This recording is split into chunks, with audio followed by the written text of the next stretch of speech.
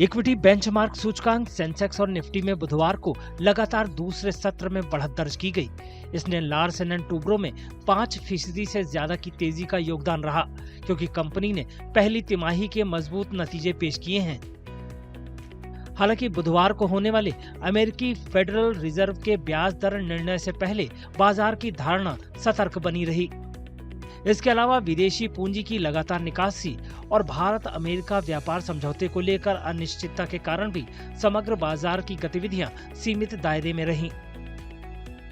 30 शेयरों वाला BSE Sensex 143 अंक चढ़कर 81,481 पर, जबकि 50 शेयरों वाला एनएसई निफ्टी 33 अंक बढ़कर 24,855 पर बंद हुआ।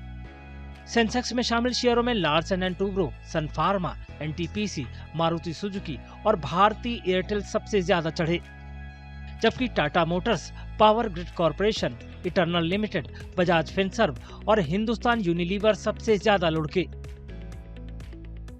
Markets have entered into consolidation, both Nifty and Bank Nifty, waiting for update from the Fed.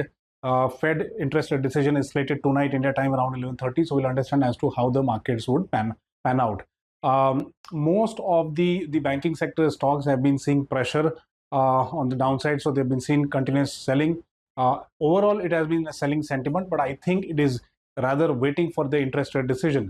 Also, Mr. Trump has said that the tariff on India would be anywhere in the range of 20 to 25%. So it seems that the tariff negotiations, the tariff war is not over between India and US yet.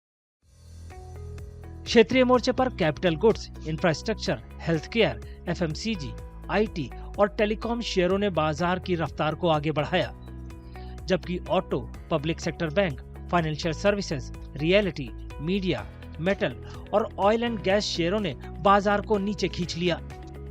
एशियाई बाजारों में Japan का Nikkei, Hong Kong का Hang Seng और Indonesia का Jakarta composite गिरावट के साथ, जबकि चीन का शंघाई कंपोजिट और सियोल का कोस्पी बढ़त के साथ बंद हुए। यूरोपीय बाजारों में बुधवार को मिला जुला रुख रहा। वॉल स्ट्रीट मंगलवार को नकारात्मक दायरे में बंद हुआ। विदेशी संस्थागत निवेशक लगातार शुद्ध विक्रेता रहे और उन्होंने मंगलवार को 4,636 करोड़ रुपए से ज्यादा के शेयर बेचे।